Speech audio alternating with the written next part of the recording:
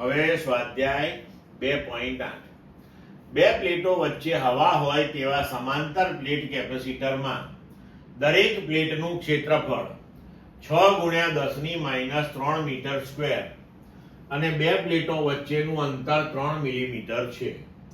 આ કેપેસિટરનું કેપેસિટન્સ ગણો. જો આ કેપેસિટરને 100 વોલ્ટ સપ્લાય સાથે જોડવામાં આવે તો તેની દરેક પ્લેટ પરનો વિદ્યુતભાર કેટલો હશે?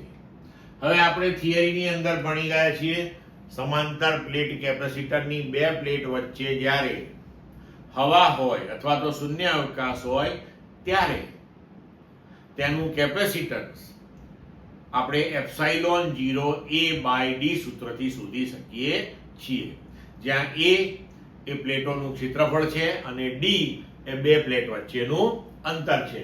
તો અહીં આપણને પ્લેટનું ક્ષેત્રફળ 6 × 10⁻³ મીટર સ્ક્વેર આપેલું છે. બે પ્લેટ વચ્ચેનું અંતર d બરાબર 3 મિલીમીટર એટલે 3 × 10⁻³ મીટર અને અહીં આપણે 100 વોલ્ટનો સપ્લાય આપેલો છે. આપણે કેપેસિટન્સ અને કેપેસિટર ઉપરનો વિદ્યુતભાર શોધવાનો છે. તો બે પ્લેટ વચ્ચે હવા હોય ત્યારે કેપેસિટન્સનું સૂત્ર છે C0 બરાબર ε0 A/d.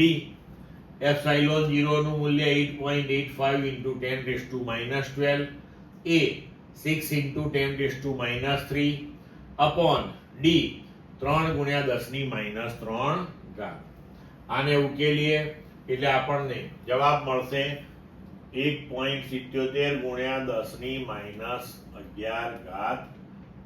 એટલે આને લગભગ આપણે લખી શકીએ કે 1.8 × 10⁻11 ફેરાડ બરાબર 18 પીકો ફેરાડ.